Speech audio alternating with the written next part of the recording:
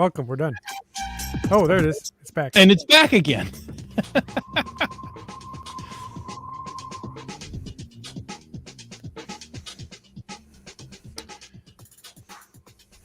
Well, here we are with our groove completely thrown off, but welcome to Caching in the Northwest. You know this is the official podcast of GeoWoodstock 18 right here in the great Pacific Northwest. Now, it's Thursday night at 9 p.m. Pacific, and I'm Chris of the Northwest, and we're going to talk about geocaches and geocachers from here and all around the globe. So while you're cutting down your very own Christmas tree, we'll be caching in the Northwest. That's right. And tonight, we are thrilled to have a special guest from Shop Geocaching, Marty Evans. Welcome, Marty. We're going to talk to Marty and get a few intros out of the way. But first, let's take care of our normal housekeeping. And live audience, get your questions ready. We want to hear from you. As always, it's Thursday night as 9 p.m., as Mr. of the Northwest said. I'm Wits End, and it's time to bring in our merchandising marsupial. Some say he starts singing Christmas carols in July. And others say he thinks marshmallows are too spicy. All we know is he's called Land Monkey. That's an interesting combination of facts. And they're always correct. They are facts. Yeah. Land Monkey confirmed that they are facts. Yeah. So, just They may saying. be alternate facts, but they're facts. All right. All right. Good to be here. Good to be here on a Thursday evening with my friends Wits End, right up there. And over that way a little bit, Chris of the Northwest. And then right over there, my new friend Marty. Hey, Marty. Hello. Hey, welcome to the show. Glad you could make it here and join us. We're gonna have some fun. We're gonna learn all about merchandising and shop geocaching. All right. But before we do any of that, well, folks, you know what time it is. Well, it's 9 o'clock. That's why we're doing a podcast. There you go. But it is also time for a quick reminder that we appreciate the support of our patrons who help to keep this podcast coming each and every week. Thanks to Land Sharks, one of our corporate Denali level sponsors. And I have a question. Do any of you fine gentlemen know what's happening in Victoria on December 18th? Not a clue. Some people are having tea. Oh, yes. No, that would, well, yes. Yeah, that would be usually on Sunday at 3 p.m. But I think they do it every day. It's a touristy kind of thing. Well, I'll tell you what else is going on. Death by chocolate. On December 18th, it is GC8 Hotel Juliet Foxtrot 6, the community celebration event hosted by the Land Sharks. And you know what? Caching the Northwest is crashing the party. Hey, Now you tell me? I should go. Yes. I'm going to have to start I was walking. told I have now. to be there, so you have to be there. I'm going to Okay. start swimming now. That's right. It'll be the best place to be in West Bay on Saturday night, December 18th. Log your will attend, and we might just see you there. And something else, don't forget, if you're still working through your holiday shopping, and I mean, who isn't? I haven't started. There you go. Make sure to visit landsharkswithaz.ca, where every $25 spent nets you a cool holiday trackable. And I think Marty's going to talk about those trackables a little later on too. So Ooh, stay shiny. tuned for Special more. insight. Yeah. Well, check it all out at landsharks.ca. And hey, while we're talking about our corporate Denali level sponsors, we can't forget good old Gold Country. That's right. Our other corporate Denali level sponsor, Gold Country Geotourism. Visit exploregoldcountry.com to learn more about the Geo Tour and the region. You know what else this time of year is perfect for? Do tell. It's the perfect time to plan your trip to Gold Country and to stay tuned for some big announcements coming from Marcy and the gang up there. Find out all your trip planning resources at exploregoldcountry.com or on Facebook, facebook.com/exploregoldcountry. And finally, on a more serious note, if you would like to know more about supporting this podcast, we encourage you to head on over and click that Patreon link on the cachingNW.com, a website. That's right. All right. Thank Was you. that a more serious note? I tried to be. That more was. I feel like you should say, for the price of a cup of coffee a day, you can help. But yeah. There you go. Does anybody drink coffee anymore? Or is that kind of past? Oh, okay. Not Yeah, at we this gotta time think of night, but yes, in the morning for sure. I am ridiculously drinking coffee at this time of night. I will be awake all night now. Well, good for you. So, while you're doing that, I can tell because you have a kind of a healthy glow. You know what we like to do? We like to use the word glow as an acronym for geocaching log of the week. So whether you read it or whether you wrote it, we want to hear about it because great logs simply make geocaching better. You can send an email or a recording to feedback@cachingandw.com. You can call in to 253-693-TFTC and show us how you glow. That's right. And this week's glow, well, it comes from Adventure Tea, who says, love the show, especially the glow. Just a glow kind of thing. They said, here's an awesome log from a cacher in Cape Town, South Africa. Hens. Apparently he is a legend. It says so right here in my notes, so it must be true. Hens found a puzzle box easy. That's GC9 Delta Foxtrot 3 Mike. It is in South Africa on the Western Cape, and the log says, once in a blue moon. I'm at a loss as to where the old people would have gotten that phrase, for the moon never, ever quite seems blue to me. Maybe I'm just not smoking the right kind of grass? Who knows? But apparently it is very rare to have 2 full moons in one calendar month. And whenever that happens, they would come up with those poetic words, once in a blue moon. As far as caches go, it would seem to be a very rare thing to have 2 brilliant caches show up under the African sky in 1 month. Never mind 3.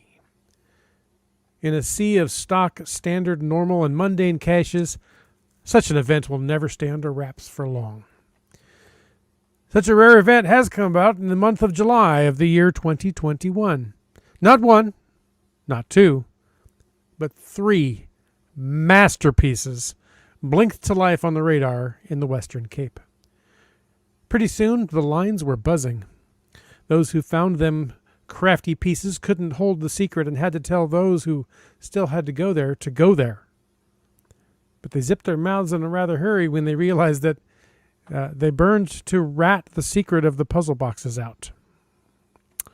Not that one can really tell someone how to slip and slide and shove and jinx the box into submission. It's just something you have to do yourself. Get your brain and your hands to agree to do the same thing and to solve the puzzle one step at a time.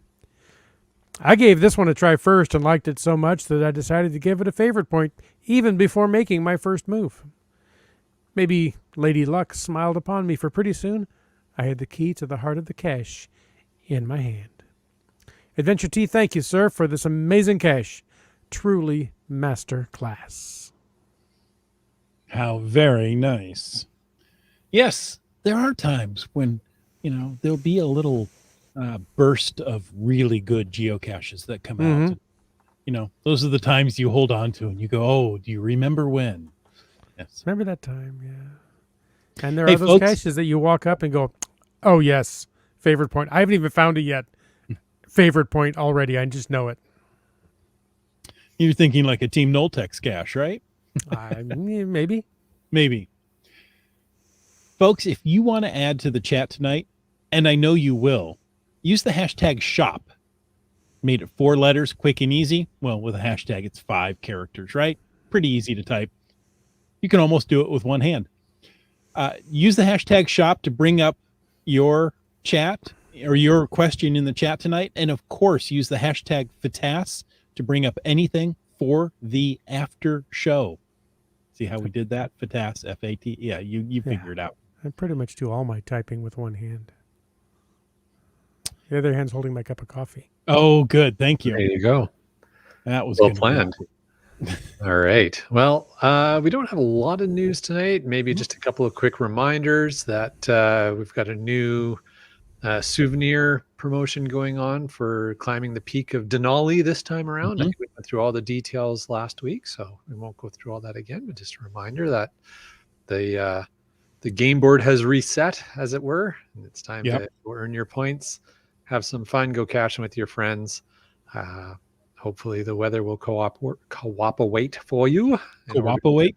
And don't forget that GC8 Neat, the personal CETO, has been extended. The personal Tito or locationless cache.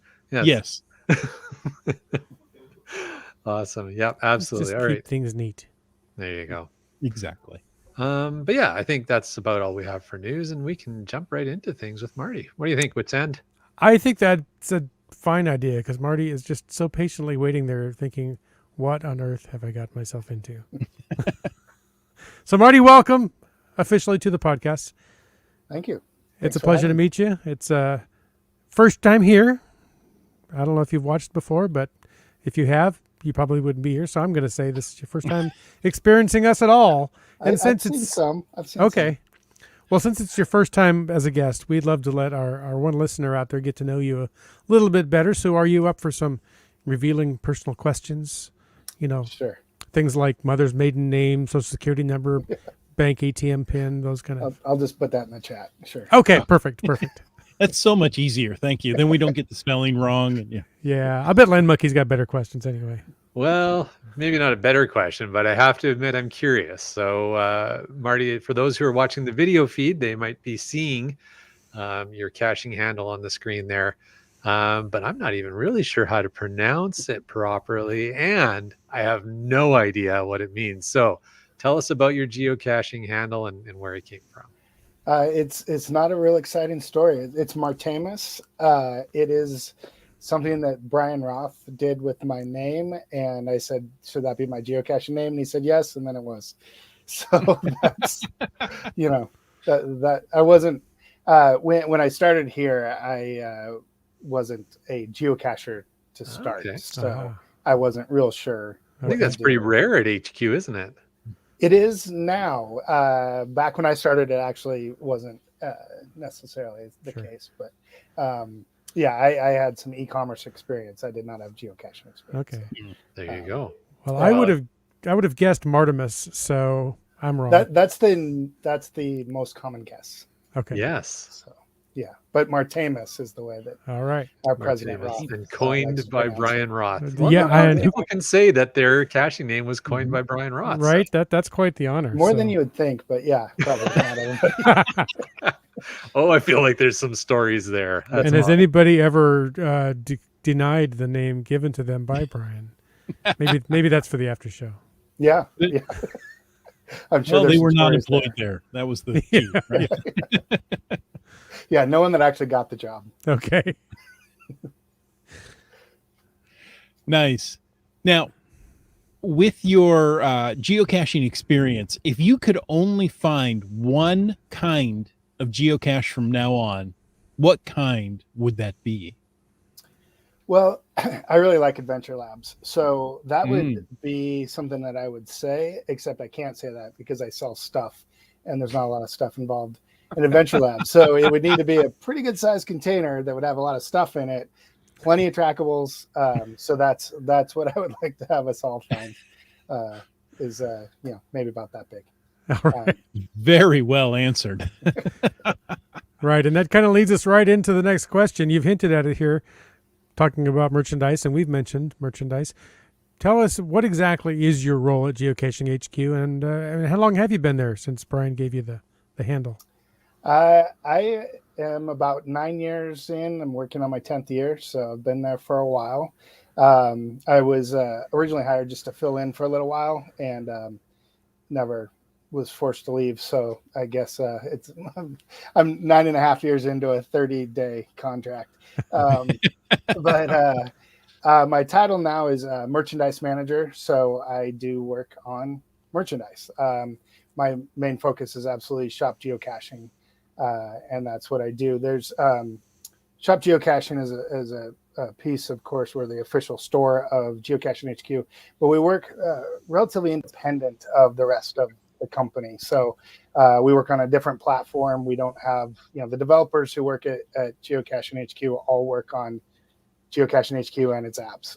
We have a totally separate operation there, and it's a pretty small group. There's 4 guys that work in the other location of geocaching. I know some of you have probably been to the Fremont office. There is a second location hidden near the Seattle waterfront.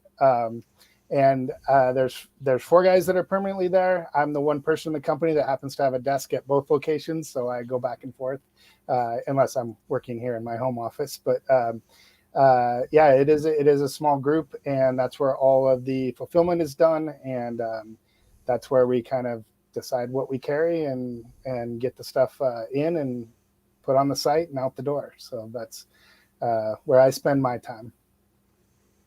I'm curious. Secret, undisclosed location. Yeah. It's a bunker hidden away.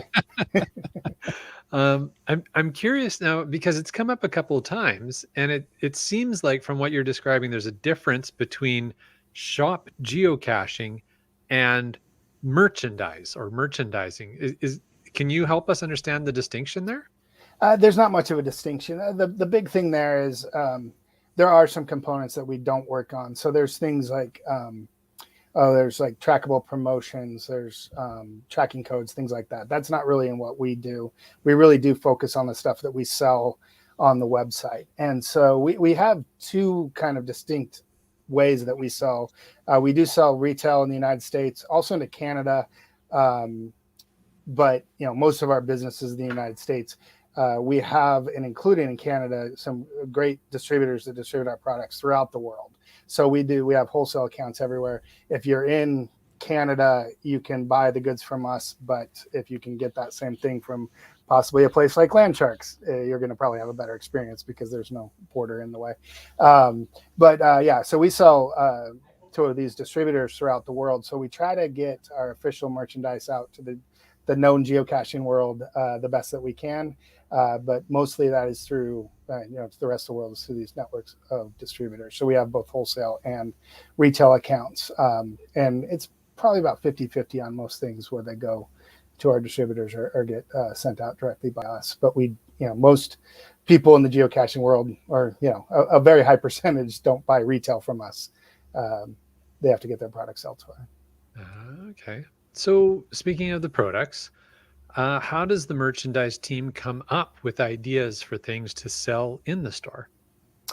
It's an interesting mix of stuff because a lot of the stuff that we sell comes from ideas from the community. So, and those can either be passed along to us or they could be from, one of our distribution partners. We work closely with different ones who come up with a great idea that works well for geocachers, or some business will reach out to us and say, hey, geocachers are buying my products because they're good for it, and we'll pick up a line that way. So we are always kind of brainstorming, trying to come up with the new ideas. I mean, we introduced over 100 new products last year if you count all the various trackables and different items that we introduced. So we're consistently trying to put out new products, especially on the trackable side, and we're always looking for ideas. So, but a lot of them do come from the community, and we make our own stuff, which is that we direct source and that sort of thing. We also have a lot of items that we buy from a lot of other places, and so we have stuff that we buy from a couple of different places in Germany that are geocaching shops, and from the US and from Canada and different places where we're carrying their goods because they found a good one and we don't need to recreate that. We can just support what they're doing and carry the products that they came up with. So, because a lot of things that are in the geocaching world, as I think we all know, are repurposed. They're not necessarily originally made for geocaching. So, we take very seriously having a product line that is something that is meant to inspire people, to give ideas, and to meet all different types of people geocache in very different ways.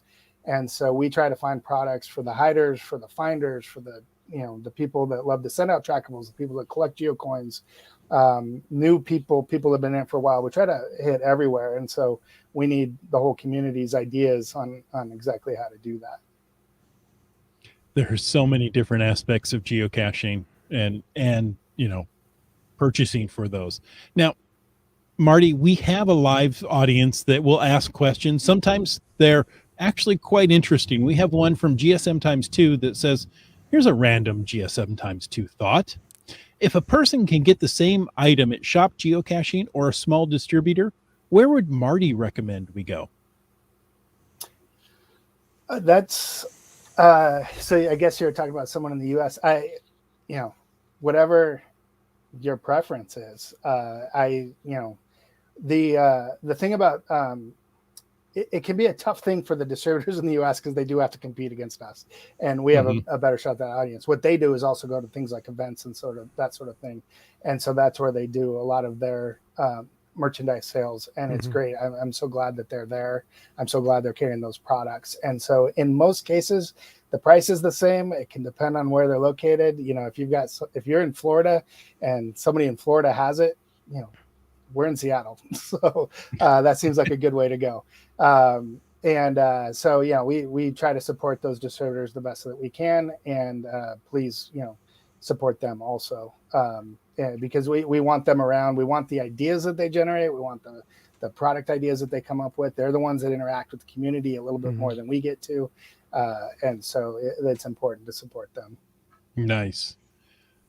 Now, I do have a question to ask you, but I'm going to throw one more in here. This one is, well, it's not a question. It's a compliment coming from Keats94. It says, I have to compliment the great vibrant green on the texting gloves. Yes, those were an interesting color for sure. So I'm glad that you liked them. They were quite bright. And I have some myself, so I have to agree. They're pretty cool. Signal nice. Frog picked those out, I think. Yeah, I think so. Yeah, I think he likes green. But I hear it's not easy being green. Limex says the gloves. They don't fit my big meaty paws. But he's down in Southern California. He doesn't need, Northern California. Yeah, he doesn't need gloves. He doesn't need gloves.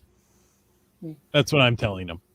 But Dora Moore says, I could have used those gloves today. My fingers were too cold for my phone to recognize that I was touching the screen. Hate when that happens. We do have a couple types of gloves that are supposed to help with that. There you go. And since Dora Moore and Brian are both up in Canada, probably check out Shark Store. Yeah. See if they carry it. And they probably use gloves a lot. Yeah. At least at this time of year. I would hope so. Yeah. Okay, so Marty, many of the products that we've talked about, besides being vibrant green, they might have some more design elements to them. They might be associated with, a current promotion. So what teams at HQ are involved in all that? And can you walk us through the design process just a little bit? Sure. We have a creative team in-house, but it is relatively small, and they do things for the whole company. So they do some of our stuff, but it's certainly not, Shop Geocaching staff. It is the Geocaching HQ creative team. They're great. They do an amazing job. But if it's something like a Reach the Peak or a Wonders of the World, then they're probably going to design it because it's going to match. It's going to be tied into the digital souvenirs. It's going to be tied into the marketing plans and all of that. So those are going to usually be designed in-house. The Lackey coins, things like that, are usually going to be designed by our own creative team. And they do more work for this than they used to, just because they added a person, so they have a little bit more bandwidth for us. But they have a lot to do, so they only do so much of our stuff. So if we want them to do something, we certainly will reach out to them and say, this is what we're looking for. And it's just kind of a back and forth to get things ready. We usually give them a few weeks to put something together. On the other hand, a lot of our designs are not done in-house. They are from other places. I see someone in the chat here would be very familiar with our holiday coin this year, and our ornaments were both designed by Landsharks. And those were the official geocaching ones, but our group only has so much time. And so Helen, her team, is the one that put those together for us. We work with them. We work with places like Cash Advance, Oak Coins, Swag. So some of our items do come from the different places. So any of this stuff takes time. So if a design, if our marketing team comes up and says, hey, we're going to be doing this big promotion, we need at least 2 months to get something designed into production and onto the shelf. So we hope for 3 months when we can get it. So that process does take time. We enjoy working with our own people, but we are certainly open to getting designs from other people or getting the products from other people. So what you see on our site, we usually do give credit to whoever made it, but it might have been us and it might have been someone else. Does that answer your question? Oh, yes. Yeah, I think Nice. so. Mm-hmm. Oh, Tony got the holiday coin today. Looks awesome. The holiday coins are super cool. They're like a little old school camera. I love it. It was a really great product. The ornaments came out great too. So I hear if you lick them, they taste like peppermint. Never mind. Don't do that. okay. I don't know that's true. And Limex says, I'm wearing the official geocaching label t-shirt tonight. Complete coincidence. I almost wore that. The official geocacher one, I assume, is the one. I think so. That was actually my kid's idea. So, there you go. She saw that someone with a cache label and was like, "You guys should make a shirt out of that." I'm like, "I think we will." That's great. So, that's great. Nice. Get the whole family involved. Unfortunately, right now they're almost sold out. We the supply issues, we haven't been able to replenish, but they're pretty cool. Well, between supply issues and just being the holiday season, I would imagine that happens quite a bit. Yeah, definitely some of the items have already sold out, but we still have plenty to choose from. Okay, well, Nice. Supply issues aside, if somebody found that product that they just have to have, maybe it's that official geocache t-shirt, maybe it's a holiday, whatever it is.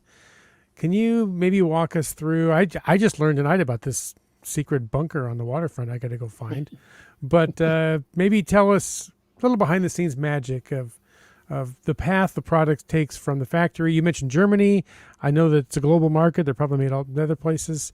From the original place in the factory where it comes together and is officially a complete product, all the way through to the geocacher's doorstep. And gosh, how many teams of HQ are involved in making all that magic happen? As far as the teams at HQ, it's actually a very small group that works on this sort of thing. So, it depends on the item. Our trackables come, mostly, or most of the trackables are made in China. Shirts are made all over the world. Mm-hmm. Different, things are made in the U.S. Different things are made. So we have ways of different sourcing of items. So it depends on what the item is, how we source it, how we put that together. But like I say, we either go through one of our known partners to bring the things in, or we direct source with a factory that we work directly with.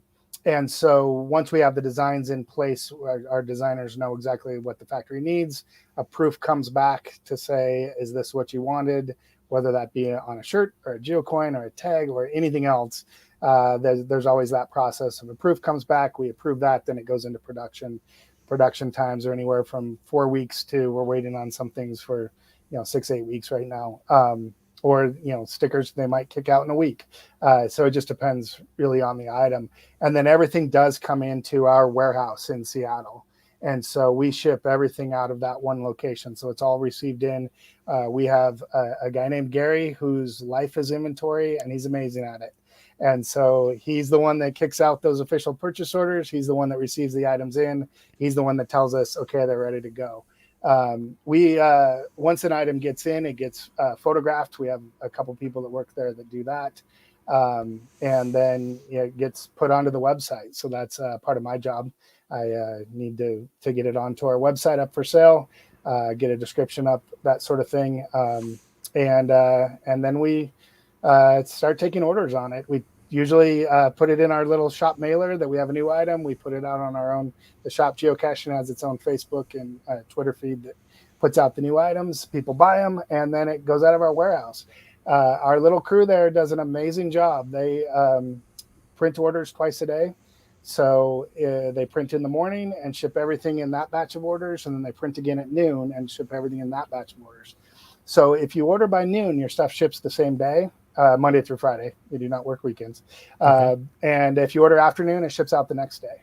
And they're extremely consistent with that. The only exception is if you get engraving on one of our milestone coins. That takes a little bit longer, a little different process.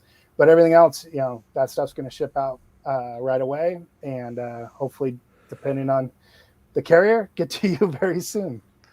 Yeah. Marty, That's it sounds to me like anybody who has ever ordered something off of Shop Geocaching should post a thank you to Gary on social media right Yeah.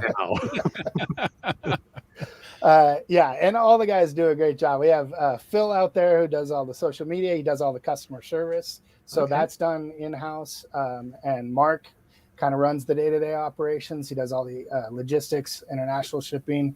And we have Dylan there who puts a lot of the kits together, does, when things come in and they have to be put in a certain thing, that's Dylan's job to get them ready to ship. So it's a great team.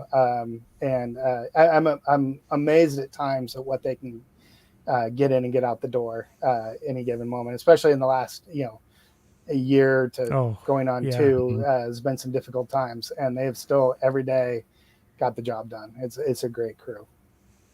Amazing. Impressive. That was really helpful. It's very cool to have a sense of understanding sort of the life cycle of anything that we buy, because as consumers, if we're not in the industry, we tend to just kind of start to take for granted that the world is just a big Amazon, and if you go online, you order something, some dude shows up and drops it on your porch, and hopefully nobody steals it, right? Like that's just the way life works. So to actually understand, well, no, there's here's the whole supply chain behind it, and the inventory process, and how it gets processed through and then shipped out to us. I think that's really cool to understand that. So thanks for walking us through that. Sorry. Also, when you buy from us, hopefully it will see that we believe very much in best practices. One thing that is great about where we work, not to tell too much, our group, it doesn't lose money. We would be in trouble if we did. It's a profitable part of the company, but the company runs off of the generous supported premium memberships. That is what runs this company. So there's not a huge pressure on us to say, you have to sell more, we really try to sell the right stuff.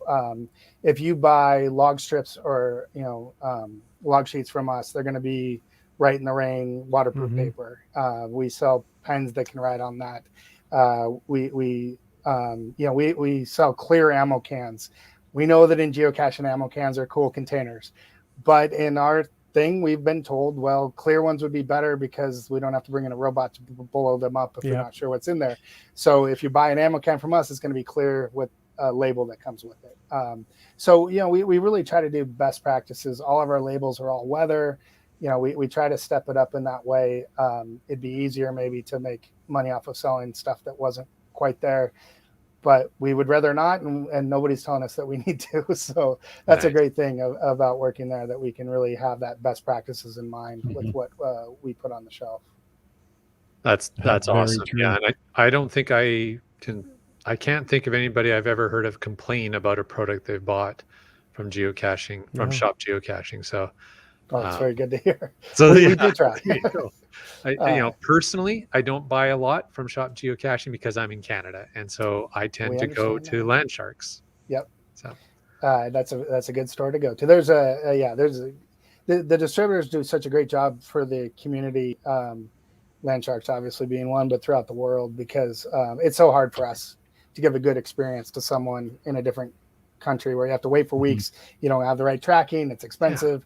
If somebody there can provide those products locally, we think that's just great. That whole partnership ecosystem is so cool that works well for you guys. And there you go. Helen saying that they place orders. Land Sharks place orders to HQ every couple of weeks, and they pay the duties and courier shipping en masse.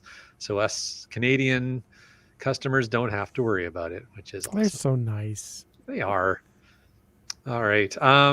Hey, you know what? Speaking of buying stuff, I think there's still some time for holiday shopping. So I need to start.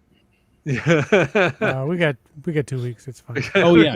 Tons of time. Well, depending where you're buying it from, it's going to take some time to get here. So you gotta plan ahead a little bit. But Marty, are there any cool new products in Shop Geocaching store that are recommended for the holiday season?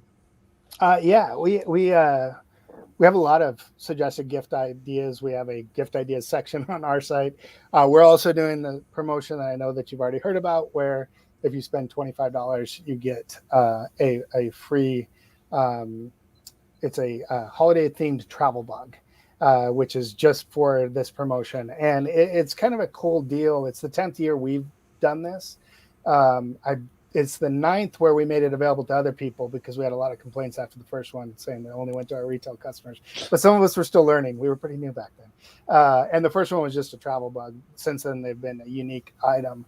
And we started doing that just to kind of give a little, little something extra with people when they did their holiday shopping. And this year we had 26 retailers in 14 different countries participating. So really, throughout the known geocaching world, there's an opportunity to buy from somebody that has these items. So that's a pretty cool thing for people to get. And, if people do it the way we do and the way Landsharks does it, you can get as many as you want to get. Just depends on how much you spend. And there was 12,000 of those put out this year. There's about 9,700, I think, have gone out so far. Ooh, so they're going fast. 12,000. So yeah, they're moving pretty fast. But as far as still getting things, if you are in our retail area and you're buying from Shop Geocaching, we do ship fast. So if you order something right now, it's going to ship tomorrow.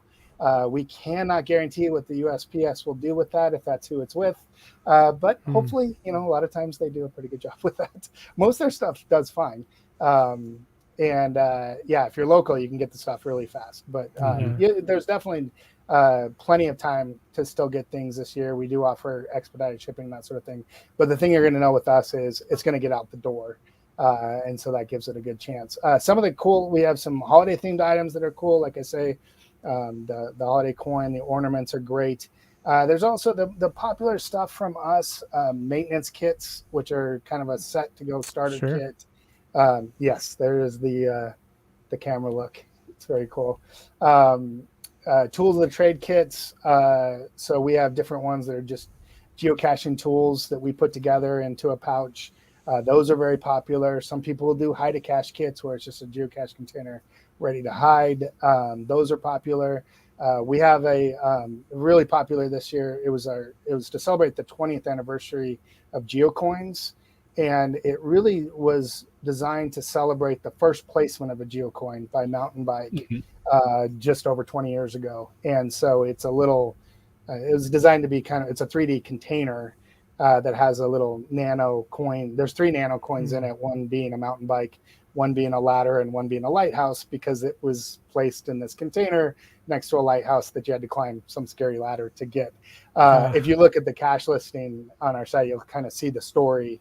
It's an archive cache now, but a really interesting thing that Mountain Bike did for his 100th cache way back when, placing that first Mountain Bike coin. So we try to bring out some of the history there, which is easy to do because as Mountain Bike was not a lackey at the time, he seems to be now. Plenty of items. I think you claim him now. Yeah. He's been there long enough, I think. Yeah. Let's see. Keats94 says, fun fact, while this podcast is airing, I ordered a GeoWoodstock hat and toque. Well, nice. thank you very much, Keats. That it's not from Marty's team, but that does support our event. So I appreciate that. Thank you. Now, Marty, you also have some really cool trackables. Besides the free ones you're giving away, you've got trackables that have a whole new feature in them. Actually, it is the free one that's being given away. Oh, is it? Feature. Okay. So, that was something. It's an experimental feature that's being done this year. So it's it's a travel bug and a snow globe, is what the giveaway tag with minimum purchase is this year. And Apple had reached out to one of our teams to see about playing around with some AR. So it is only for iOS devices because this was actually an Apple thing. But what they're trying to learn is how AR can work with trackables and that sort of thing. So they decided to go with it as an experimental free feature. So in the chat there is a place where you can learn about it. There's actually a photo contest with it. So you can check that out. You'll get some more information. But that's why we did it on this one, because 12,000 is a lot of trackables. That is way more than we normally do on an individual item outside of just travel bugs. This is an opportunity for people to play around with it. If you don't have an iOS device, find someone who does, buddy up, and play around with the AR so you can actually see that thing and kind of move it around a little bit. Put it into a photo. I believe a gold lackey coin is up for the winner of the photo contest. So check that out. We want people to play around with that. Eventually, I think that AR will be kind of a fun thing for geocaching to use. Eventually, it won't just be iOS, but this is a great first opportunity for them to play with that technology. And very excited that they did that with this tag this year. Nice. Now, I don't know if you can call the lackey coin a coin. It's more like a geo box or an ammo coin or something. I don't know. It's huge and dimensional. Yes, the lackey coin has been going on for a number of years. The challenge started to be that there was more lackeys, and they had to find a way to put them on. We also started doing some 3D items last year. And we decided that this year we would play around with that, and so it's actually an ammo can that the lackey coin had. And give a little insight into the shop. It's an interesting thing. The factory had never done a coin exactly the way they did that one, and boy, they had some issues. And so our little team had to quality control everyone. We had hundreds rejected. Wow. They were, each lackey is given. So the silver ones are the ones we sell. Each lackey is given a gold one. And I got to give those out to our team the other day.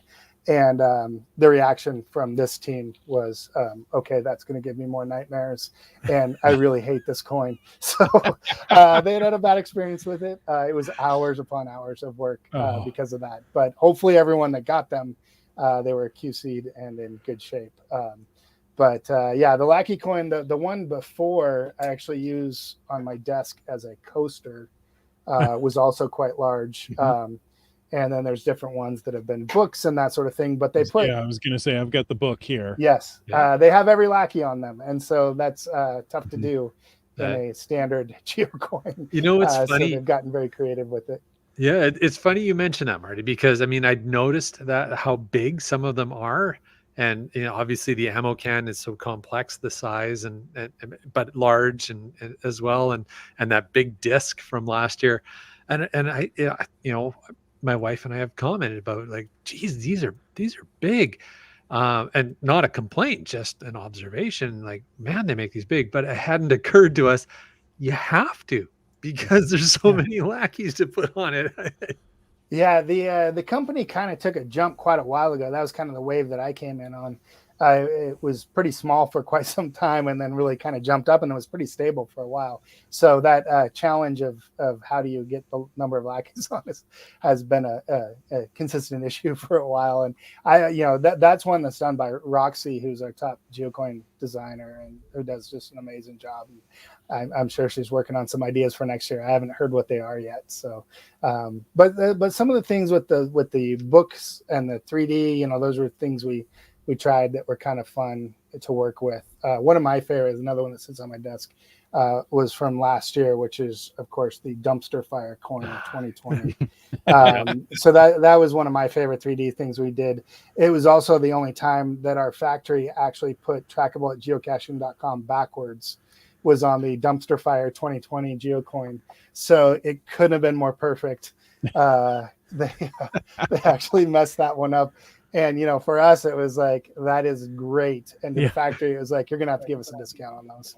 So those actually got to be priced a little better than they would have been because of that fantastic mistake that was made on just the right That just coin. makes it even better, right? 2020 was a mistake altogether. Yes. They got the dumpster fire right with that going backwards. Yeah. Oh, that's funny. I love these inside stories. We don't get to see that. That's not in the description on the webpage that we're looking at. So this is a lot of fun. We did have to explain that one to people because, because they think it was a obvious mistake, right? Yeah. Yeah, and they would have to put it in the mirror to read it correctly. They could probably figure it out without a mirror, but okay. Yeah. Maybe. They're geocachers. Come on. Yeah, so good puzzle for them. Now, Marty, you said that your team has input from all sorts of different sources, right? You mentioned your daughter, but also the community, the partners. How does merchandising team accept ideas or input from, let's say, the community, for example? People can always reach us at shop@geocaching.com. People can go on the shop geocaching Facebook. That's a good place to make comments, give suggestions. A lot of people will tell lackeys when they see them at events, and they'll pass that along. People are usually pretty good about that. People get back from events and say, hey, somebody that was here wanted this and that sort of thing. With anything like this, some of the best ideas in the world, we simply can't do. We can't source them. There's some really cool stuff we'd love to do. The minimums are too high. I think it was Funko or something like that. It's like a 20,000 unit minimum. Well, that's quite a bit. Wow, yeah. So we won't be getting our Brian Roth Funkos. I don't think we can sell 20,000 of those. So he'd buy a few. He'll buy 10,000 of them. Yeah, himself. Yeah. Yeah, he'd buy a few.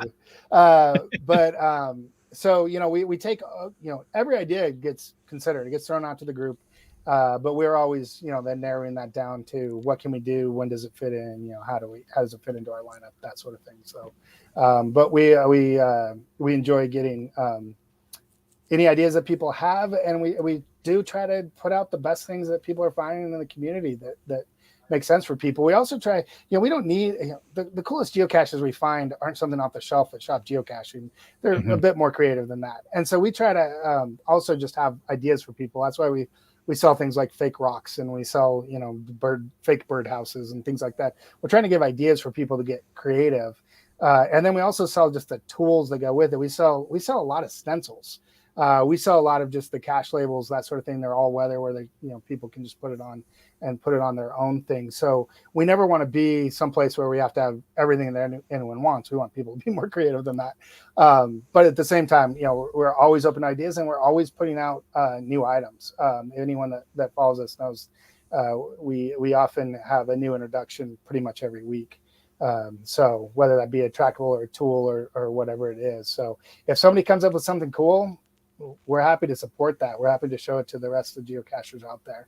And we have a good platform to do that. So we can show a lot of geocacher stuff if it's coming through us, to put it on our site or promote it that way.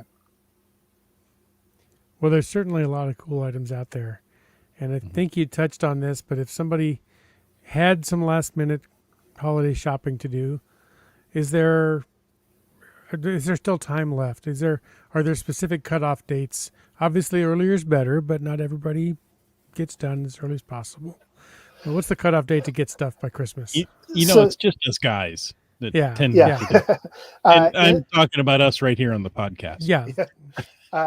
In the past, we would run a schedule to say that here's our cutoff dates. We're concerned about that right now because of the issues that the U.S. Postal Service is having. That being said, Christmas is on a Saturday. Up until that next Friday, everything that's ordered by that Friday should hit addresses all over the country. Okay. Just with normal shipping.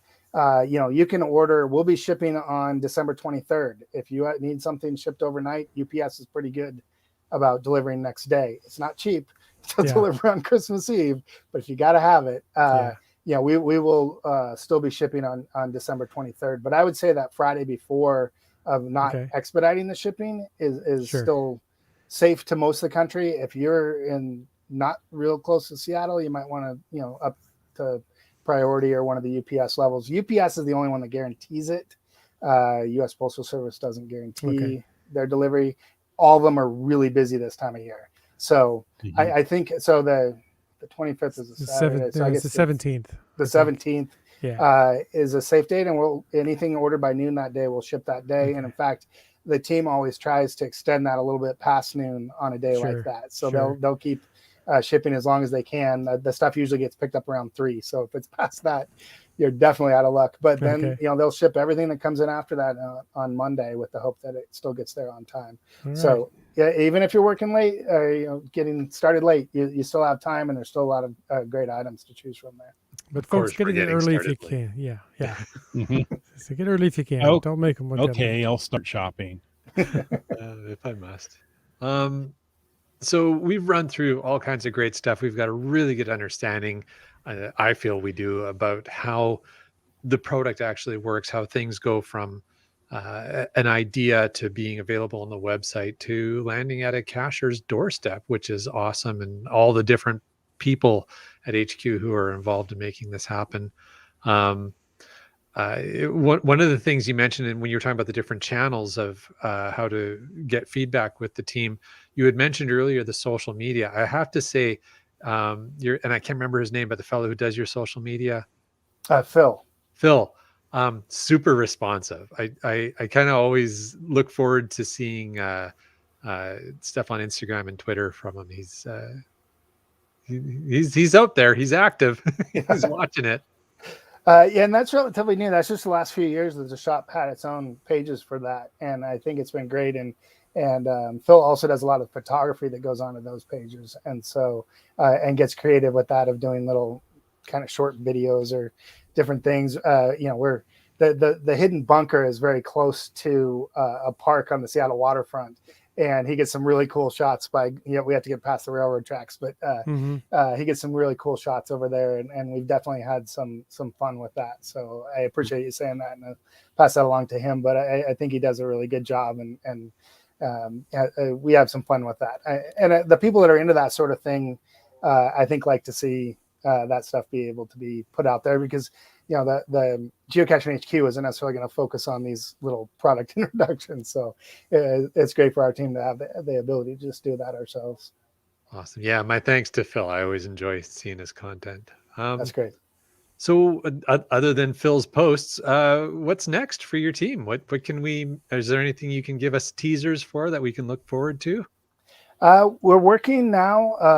I think it's going to be a big, first, the next thing up is our last first promotion, which is a souvenir moment where you can get souvenirs the last week of December, the first week of January. Those items, so always comes with a geocoin and a last tag and a first tag. Those should be available on Monday, and they're really cool. The stuff is great. It's coming a little later than we were hoping, but it's super cool. And we decided we'd go with the cool and not try to get it faster, like let it run its course. It's cool enough to wait for. So those will be in on Monday. And then we're also working on February 22nd, 2022 of a special day with lots of twos on a Tuesday. So I think that's going to be big in the geocaching world. We have our own team working on a design right now. We'll also carry a design from GeoSwag and a design from Cache Advance. So it's one of those really fun things where we'll showcase the products that they came up for this sort of thing, and then also have one. Hopefully ours will be kind of long. I'm hoping there'll be a digital souvenir, and ours will kind of match that. Also, I don't know if any of that's official yet. We sometimes find that stuff out later, but that's the sort of thing we're working on. We're working on for next year, and then we're going to have an event next year, and that's a big thing. Pre-sale for our items should be available in January as we do that. It's for those that are going to GeoWoodstock, they may want to stop by. There'll also be an event down in the States, not too far from there, within a week of that GeoWoodstock event. So we'll be gearing up for that, and that'll be a big thing for our team, because like I say, we have a pretty small team, and that's a pretty big thing to take on. So we'll be doing the pre-sales on that, and then also selling at the event. Okay, that was going to be my next question. Is so there'll be pre-sales of the 20th anniversary themed products available. Some of those same products, I imagine you can't guarantee how much of what will be available on the day of the event. But will you guys also have other products that you would normally have in stock in the store available at the event in Seattle? We will. We won't have a big product line. We'll have probably a few items that are only available at our visitor center at Geocaching HQ. We'll probably have a few items that we think people that are in town will want to get. But just to be able to handle that many people on a given day with a staff that's used to working in a warehouse far away from its customers, having to be right in front of them, we're not necessarily great at that. We don't do it very often. So we'll keep it as simple as we can, move people through as quickly as we can. So we'll have a limited product line, but there'll be a number of SKUs that people get to get there, and we'll guess how many we need and hopefully have enough for the people that are there that didn't buy in advance to get the products that they want. So yes, we'll be selling all day during that event. Good for you guys. Nice. Marty, thank you for joining us this evening. We have learned so much about what goes into merchandising. You know, we see it on the website and we think just order it. And you've brought it home that, you know, you've got a good, hardworking team that gets these things out as quickly as they can to all parts of the world. So thank you for what you do. We appreciate you. Well, thank you for having me. I really appreciate it. And thank you for what you guys do for the community too. Well, thank you. Thanks. And listeners, it feels like Thanksgiving. Thank you for all that you do. And we hope you enjoyed this episode of Caching in the Northwest. Absolutely. And of course, we want to take another moment to thank Land Sharks and Gold Country Geotourism, our corporate Denali level sponsors. Landsharks.ca is the outdoor adventure and geocaching store. Check them out online. Remember, they're shipping those orders daily also. And for amazing, absolutely amazing geocaching adventures, plan ahead and check out exploregoldcountry.com. All right. Well, we also want to thank our faithful Denali level supporters, Land Sharks, Gold Country Geo Tour, Team Squirrel, Groovy Owl, and Cashly, the geocaching app.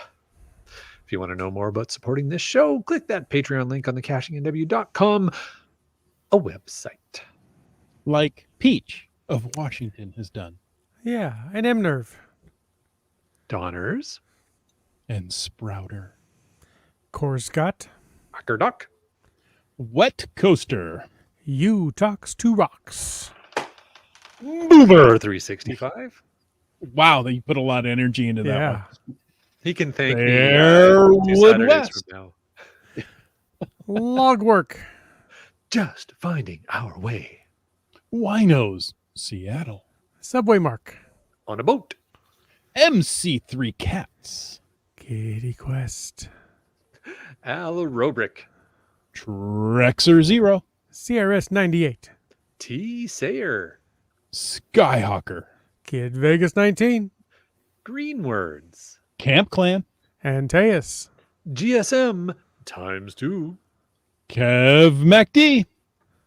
We often say bad lunch plan, great geocaching name. Gas Station Tuna. There you go. And Kennel Barb. And hey, how about Keats 94 with the bright green gloves? Oh, yeah.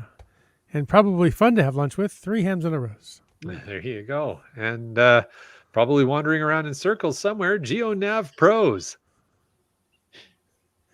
Is he a pro if he's walking around in circles? You know what? I'm not going to answer that. Hey, how about LG 9000? How about Team Noltex?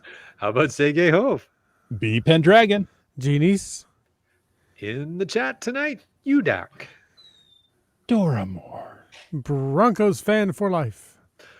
Ari 5, 4, 3, 2, 1. Tick Magnet. Seabeck Tribe. The Geo Travelers. And of course, Limax. Of course, Limax. What a great group. Thanks to all of you. And thanks again to Marty. Martamus. Did I get that right? Yes. All right. Hey, if some of our listeners had questions for you that they just didn't want to throw in the chat or just wanted to, I don't know, send you a thank you personally, is there a way that you would prefer people to get in touch with you? Sure. Marty at geocaching.com is my email, and feel free to use that. Sounds great. Nice. Now, there's one more segment before we go to the segment to close the segment before we start another segment. We're very really kind segmented. of how it works. When you say it like that, it doesn't sound as flowing, but Because So it's don't a say it show like that never ends. That's yeah, right. kind of. Yeah. It just extends on. Hey, it's time for At Last. listeners asked some things, and now we get to answer. If you'd like to ask some things, you can call into 253-693-TFTC or email your question, because you know you have them. You want to ask these things to feedback@cachingandw.com. The question, I'm trying to keep with the holiday theme. I don't know if you've noticed the snow and the lights and all that.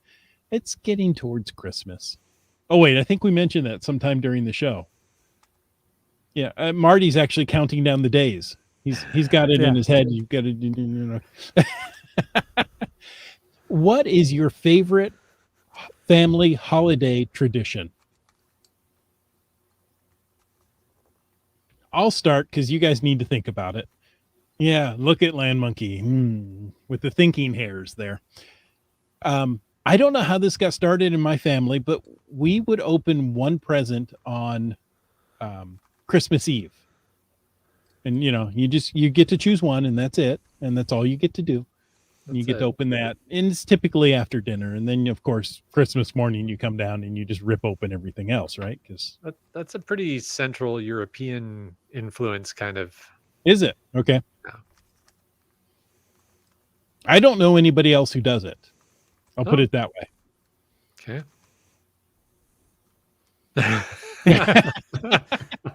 Brian says, cheers. No, go ahead, Chris. One Christmas Eve present is usually the result of a particularly persistent child. Hey, I was the youngest of 5. You know, it was already there in place. Okay. It's just a thing that happened. How about you, Marty? Okay, who wants to volunteer next? Okay, Marty was voluntold. One tradition I always liked is whoever gets up early, you could open your stocking. And so the stockings would be, you had to wait to open the rest of the presents, but you get to your stocking early. That's still a tradition in the family it's shifted who gets up early away from my mom. Always used to be the first one up, but you get to sit there with your stocking stuff until the rest of the people get up, and then you have to wait for them. Nice. Keep going around the horn there to Land Monkey. Sure. I think my favorite family holiday tradition is the baking and subsequent eating of the stollen. That's a good one. We've been part of that tradition. Yes. Well, not the half baking. of it. Yeah. The eating part. The eating part, anyways. Yeah, you get the good part. It's really the part I'm best at. I'm just working within my giftings. Yeah. There you go. Wits End, it's all up to you. Bring us home. Well, I'd have to go with the airing of grievances because I've got a lot of problems with you people. Oh wait, no, that's Festivus. That's not. That's a holiday. You said holiday tradition. That's the only holiday I know that's been invented since I've been alive. Well, if there's not a podcast on a holiday, because that would be the ultimate way to celebrate the holiday. Well, Thanksgiving there always is. That's true. You got that one right. You know, it's just being with family. It's just being with people. Mm-hmm. Just hanging out, whether it's opening presents or if you can't afford presents, just being together, eating together, singing carols around the piano. It's time to be together. Nice. There you go. Nice. Well, we do have a couple here. Limax says it's watching the different Christmas movies and specials. And that should be the question next week. What's your favorite Christmas movie? And Die Hard is a valid choice. I'm just throwing that out there. Oh, there you go. Is that where that's from? That's where that's from. Okay. I've only watched I have a it machine once. gun. Ho, ho, ho. Except it should be on a gray sweatshirt and written with your finger, but yeah. Donner says, yes, we watched the original Grinch. Jay isn't always over there, but Well, Not no. always. But, okay. UDAC says, my favorite traditions are eating with certain dishes, food, leche flan, Edam cheese, or Danish cookies. Nice. Yep. And Brian Lang hopes your stolen doesn't get stolen. Nah. Yeah. Fair enough. You got to keep an eye on it. Keats94 says sappy gratitude post. I'm really happy to be part of such a great group of people. Life is a way of throwing curveballs. But the geocaching community has always been a perfect family to me. And that should have been in FATAS, but this fits right now. Yeah. Nice. Thanks, Keats. Good to have you around, buddy. Yes. We appreciate you, Keats. GSM92 says, we take a nice hike after dinner, occasionally to the beach. Ooh, fancy.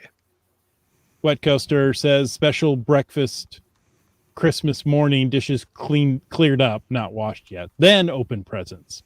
Nice. I Ham One says, one present on Christmas Eve for our boys was always new PJs, so they look good for the Christmas AM photos. They can look good, but you can't do anything with the hair. Ulterior motives of parents. I love it. Yes. We'll go on. Doramore says, when the kids still lived here, we'd go on a Christmas Eve walk around the neighborhood to look at the lights. It also helped to tire them out when they were young. Yeah. Good plan.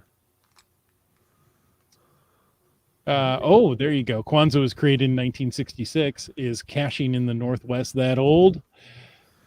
Let's move on to the next one. The podcast isn't. Oh, that's right. That's right. Keats posted one at the bottom there as well. Not a family tradition for the 8 of the last 10 years. We've done the 101 on 101, getting 101 geocaches for January 1st with friends. Nice. Wow. It's a lot of 01s. Yeah. Keith says, I used to watch a child's Christmas in Wales. It was the movie my mom was in. Oh, nice. Aww. Isn't that neat? Yeah. Mm-hmm. It's on during the Christmas season. There you go. Folks, thank you so much for listening to this episode of Caching in the Northwest. Your support keeps the quality of shows coming. If you like the show, click the Patreon link on the cachingnw.com website. And if you didn't like the show, let us know what you want us to talk about. In either case, please subscribe on Apple Podcasts, Google Podcasts, Stitcher, iHeartRadio, Spotify, and more. Subscribe, give us a thumbs up or a review. You can call into 253-693-TFTC. Leave a comment, ask a question, or buy us the latest geocoin at geocaching.com any time of the day or night. And of course, you can email us at feedback@cachingnw.com. Join us every Thursday at 9 p.m. Pacific for a live show and even livelier chat. The show is produced by Chris Umfenauer, Jim Paulwitz, and Jay Kennedy. It's licensed under a Creative Commons 3.0 attribute license or copyright 2021 by Chris Umfenauer. And folks, I ask you to stay tuned for the after show. My timing was just slightly off on that one. It's very close. I don't know if we have any after show because I read Keith's stuff early. We had Wits End asking if there's any list of names denied by Ryan Roth. They're no longer employed, so we Yeah. don't know. We don't know. Or they're never employed, I should say, right? They didn't make it through the interview. That's right. I've got a couple of little after show things, if you guys Yes, don't mind. please. Released a new video this morning. So I know on a previous episode we talked about the adventures we had coming back just before the big storm. Well, the video that depicts those adventures went live this morning. So check that out on our channel if you want to check that out.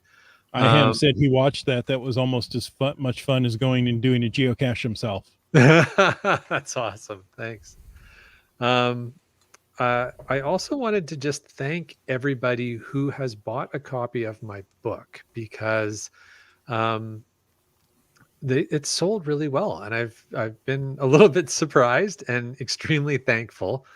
I've gotten some really positive reviews on it, which is very encouraging. I had bought a bunch of copies, and I was doing kind of a little local through some of the local communities, little road show of selling a copy and such. And I've almost sold out. I have one copy left. So, but folks can still buy them on Amazon. They can still buy them from Landsharks. So, so there's still a few copies around. But I just wanted to say thank you to everybody who has been either through buying the books or any other ways that people have supported my my authoring efforts. That I really do appreciate it. So thank you. Good for you. Now, if they bring a copy of your book to an event you're at, of course you'll sign it, right? Oh yeah, you never know Yeah. what I'm going to write, but yeah, I'll sign Well, it. that's true. I Yeah, have to maybe you say, don't want to do it then. that is the weirdest thing to get used to. Defacing somebody else's book intentionally is a weird thing to get used to doing. Like people actually want you to write in their book. Okay, you sure you want me to do this, right?